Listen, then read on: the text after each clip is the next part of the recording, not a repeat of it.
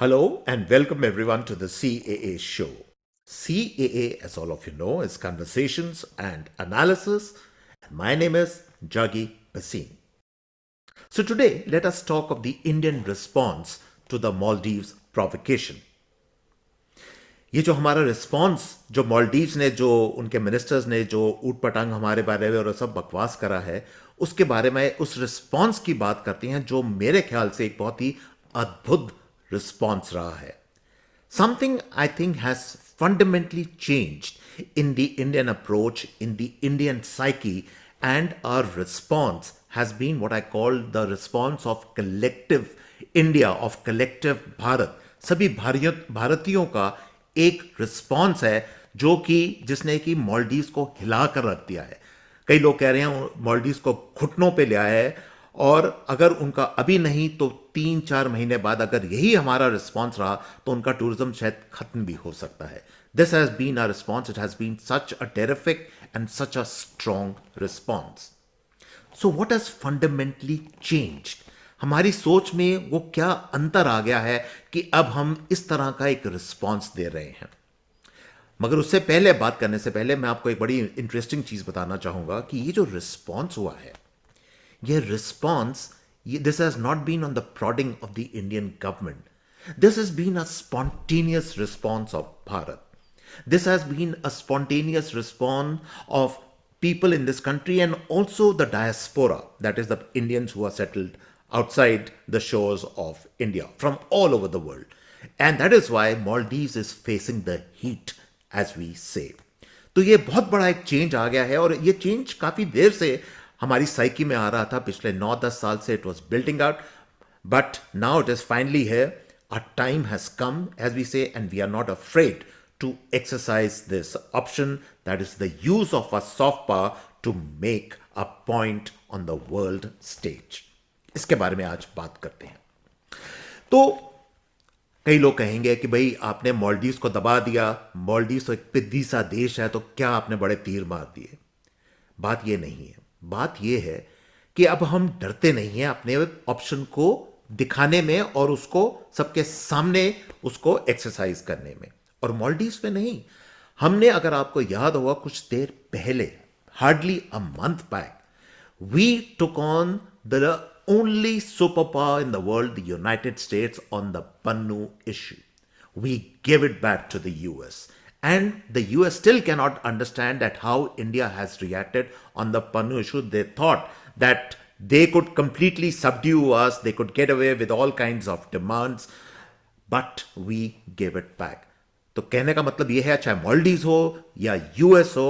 और अभी एक और अभी वाकया हुआ है, जब आप जानते हैं कि हाईजैक का इशू हुआ था on waters which are very close to Indian territorial waters, and we sent the INS Chennai, our destroyer, near that hijacked ship. और हमारे कमांडोज जो हैं, marine commandos Marcos, they boarded the ship ready for action.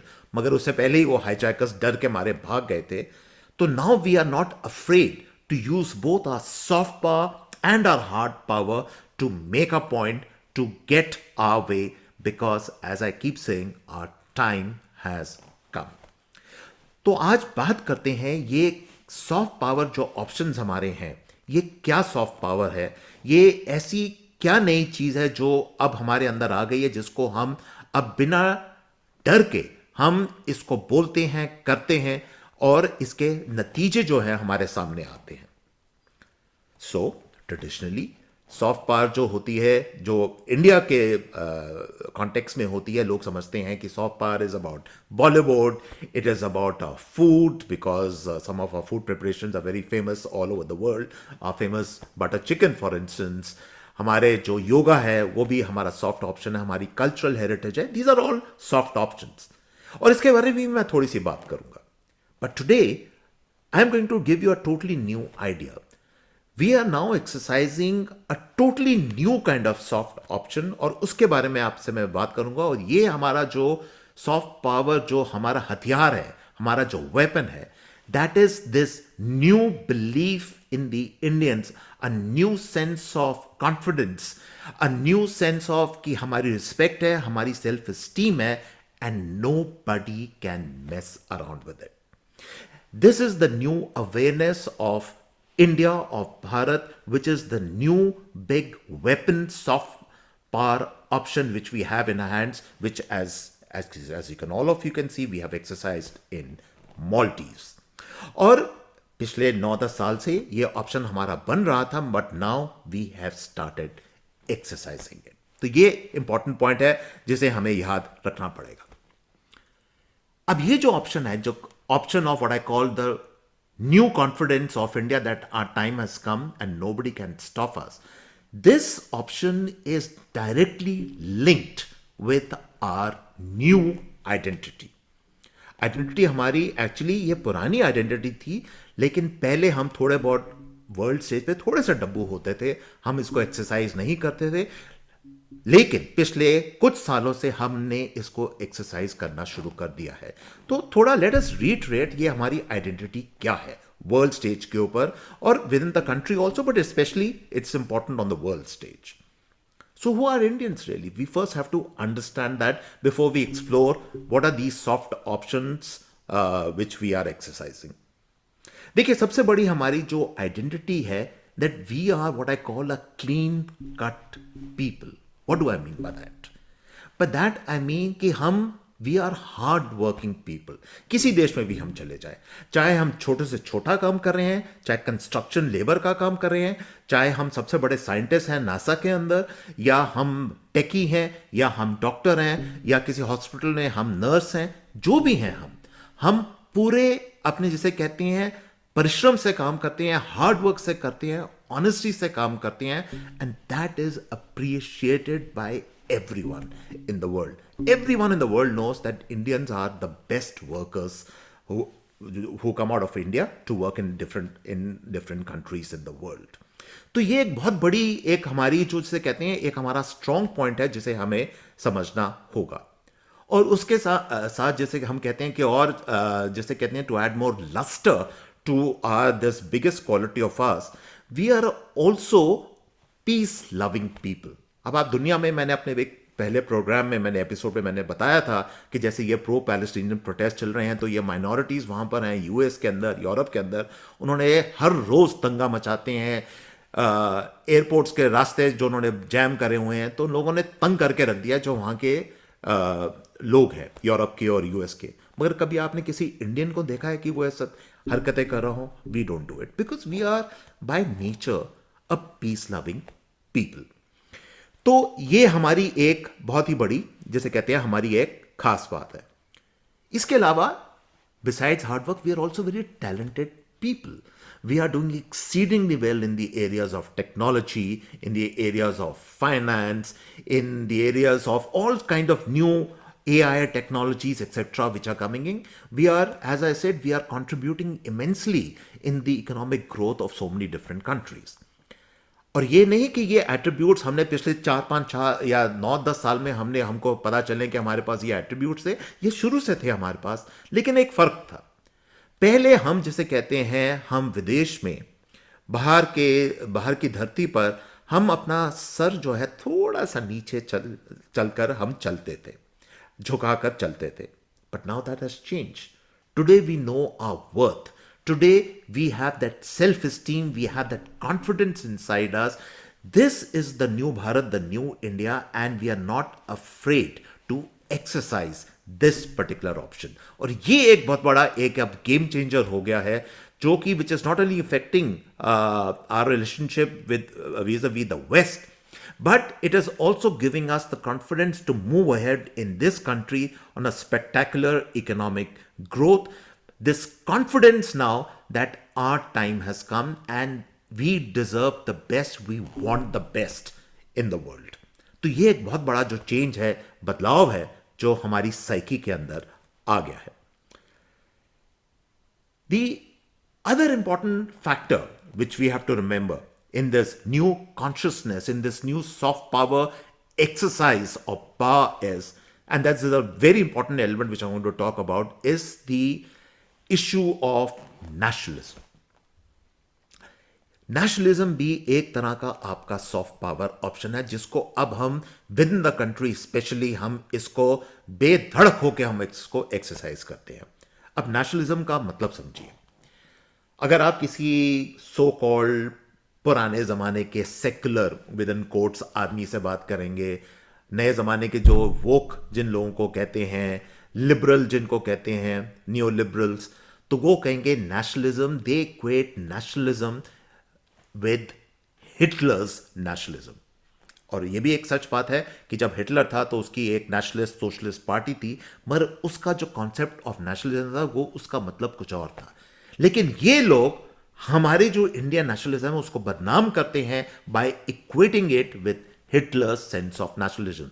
और not only ये लोग, बल्कि जो western media है वो भी they accuse us of being Hindutva, of being Indian nationalism, which they equate with fascism. तो ये सब बिल्कुल बेकार की बातें हैं। मैं आपको अपना कॉन्सेप्ट बताता हूं, जो हमारा soft power concept of nationalism which we have started exercising.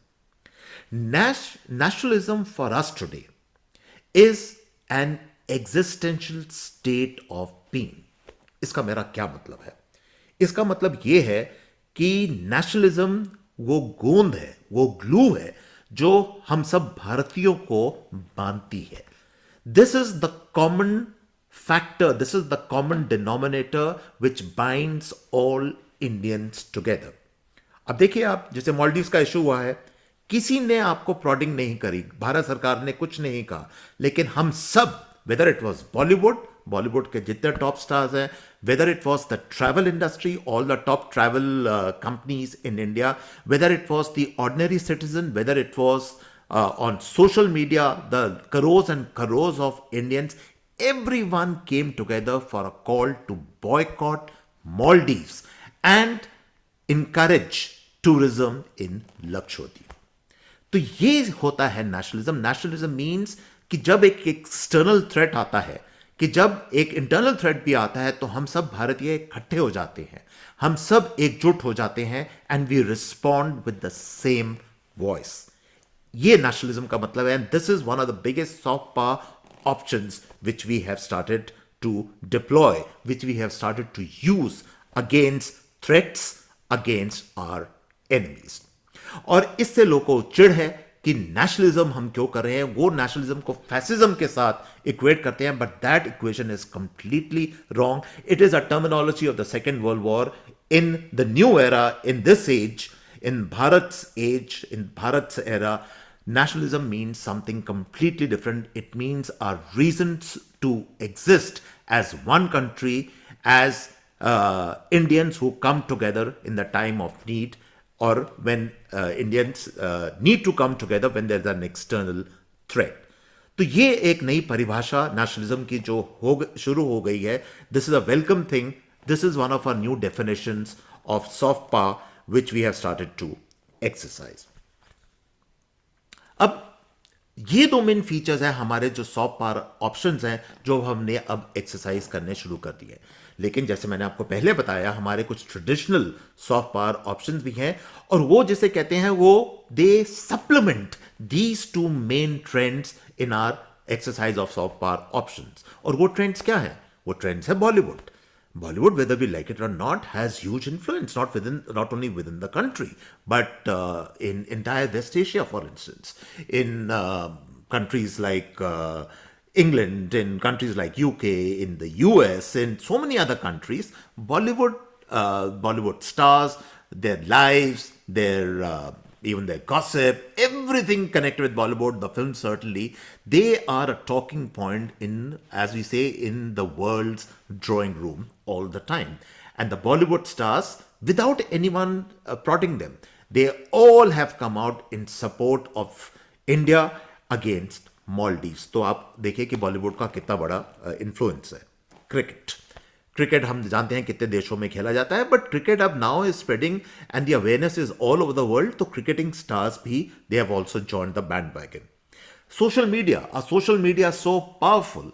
We might agree, we might disagree, we might fight with each other, that's all fine. But the social media has come together to, take the cause of Bharat and tell to Maldives that this whatever you have said is not acceptable to us. तो ये हमारे traditional जो हैं soft power options हैं जिसको हम exercise करते हैं, but these are all done in consonance with, as I keep repeating, the two main new traits which we have acquired. Number one is this identity issue that yes, we have self-esteem, we are a talented people, and we will not be subjugated by anyone. And number two is this nationalistic feeling, nationalism in the sense of not some fascist kind of feeling, but a feeling that our country is one and we will respond as one people to any provocation. ये सब positive चीजें हैं, मगर जहां positivity होती है वहां definitely negativity तो होगी होगी, और उस नेगेटिविटी के बारे में भी मैं बात करना चाहूंगा. प्रेसिडेंट ओबामा की एक बहुत ही फेमस लाइन है which all many of you might have heard, but उसको मैं थोड़ा यहां पर दोहराना चाहूंगा. And that line is that when we go higher they go lower. और ये बहुत ही अच्छी लाइन है, और इस लाइन को आप इस संदर्भ में देखिए कि इस seen in the context of what is today happening in the Maldives. अब जैसे पूरा भारत इकट्ठा हो गया जब वो 3-4 जो उनके बेहुदा के मिनिस्टर्स के रिमार्क्स आए, तो they descended to the lowest of the low levels. कि मतलब रेसिस्ट, भद्दी भाषा जिसे कहते हैं, bad language, racist remarks. I mean, forget about ordinary people, but if a minister is doing that, then it only goes to show the level of the government out there. तो ये जो एक sense है कि एक negativity जो है, क्योंकि there are lot of people in the world who are very jealous of India's rise at the moment.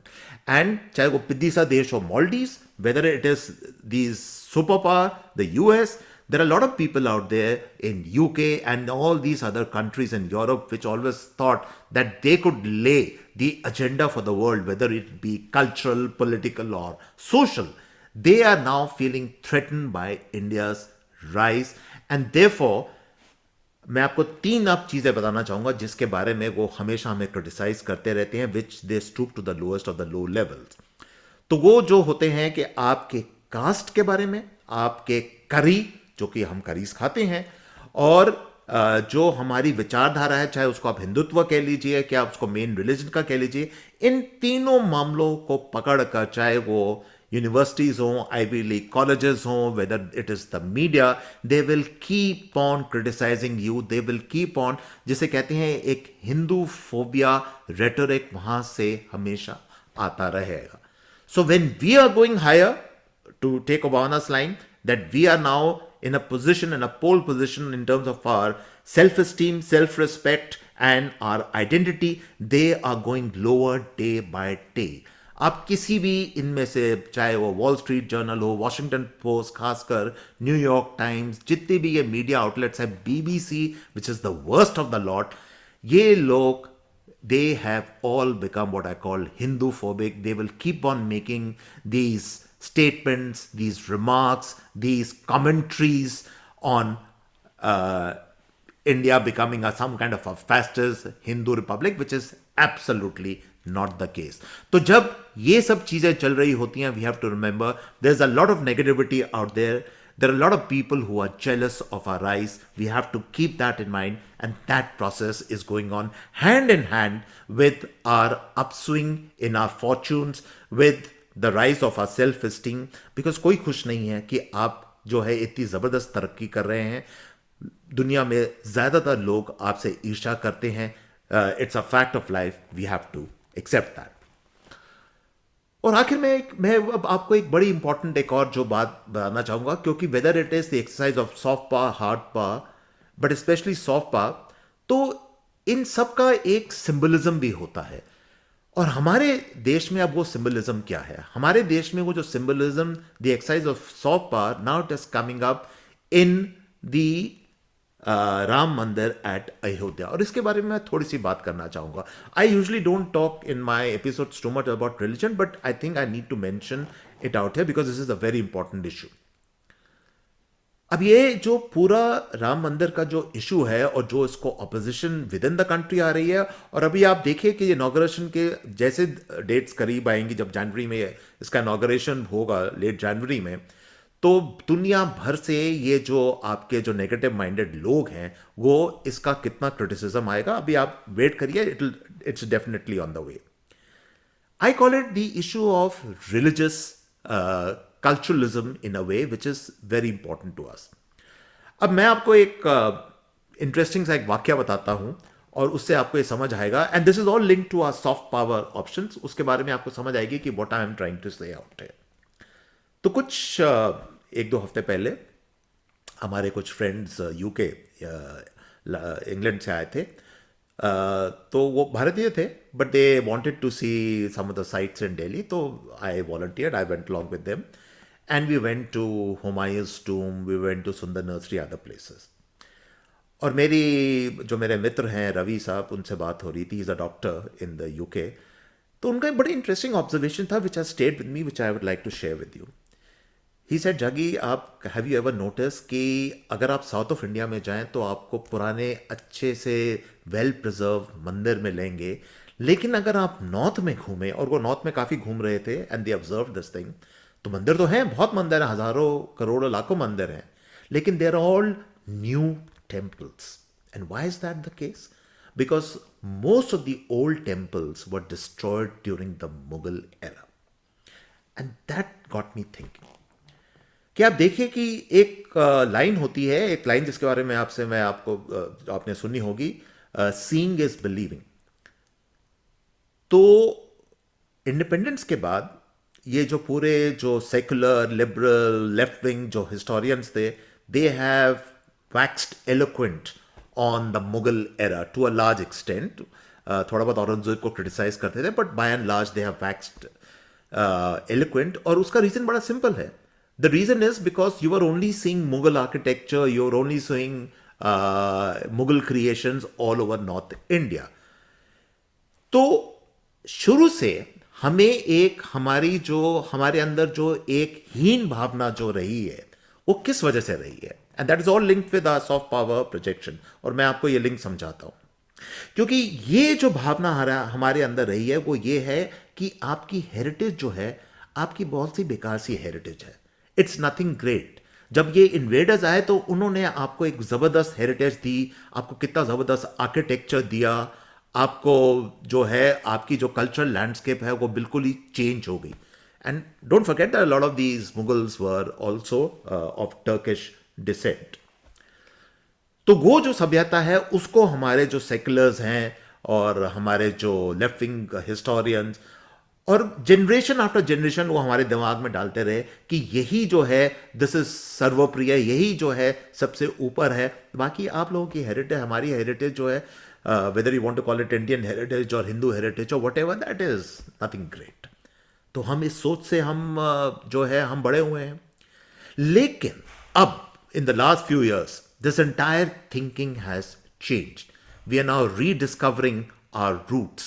We are rediscovering our cultural heritage. We are rediscovering that we have to be absolutely proud of where we come from. Whether you want to call it history, whether you want to call it mythology, whether you want to call it by any other name, that's absolutely fine. हमें उससे कोई problem नहीं है.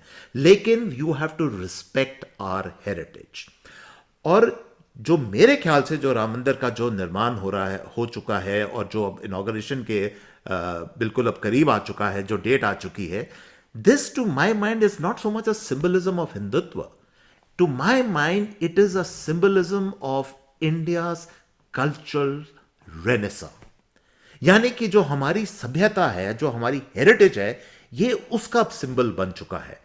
And this is the third big point of our soft power projection, which is going to help us in projecting ourselves to the world. Today, when we walk the streets of, let's say, of Oslo, or we walk the streets of London, or we walk the streets of Washington, और हमसे कोई अगर हमको रोक के हुए कहता है, oh, you are Indian. I said, yes, we are Indian. And we are doing very well for ourselves, and we are a nation, civilization, and we are proud of it. अब लोग हिचकिचाते नहीं हैं, सिर अपना नीचे झुकाते नहीं हैं, अब वो आंखों में आंखें डालकर अब ये बात करते हैं. तो ये एक कॉन्शियसनेस अब आ गई है. This is again a projection of a soft power. और इन सब का जो मिश्रण है वो आपने अभी रिसेंटली देखा जो मालदीव्स में हुआ है कि how the entire country collectively came together to blast Maldives and bring down that country on its knees. तो we live in very exciting times. बहुत कुछ हो रहा है. अब नए सॉफ्ट पावर प्रोजेक्शंस हमारे हो रहे हैं. हार्ड पावर तो हमारे पास already, our economic strength is growing, our military strength is already there. So all those things are happening. But the soft power projection is very, very important because cultural renaissance is the key. ये चाबी है जिससे कि आपको acceptance मिलेगी दुनिया भर के अंदर. और वही चीज अब इंडियंस जो कर रहे हैं वो उसको हिचकिचा नहीं रहे हैं. They are going out all out to say that yes we are proud of who we are and where we come from. And so, on that note, I come to the end of this episode of the CAA show. I hope you like our episodes, and you can see that red button on your screen. Click on it, subscribe to us. Subscription, of course, is completely free. And we will keep bringing you totally a different kind of analysis in each and every episode of the CAA show. Goodbye and cheers till next time.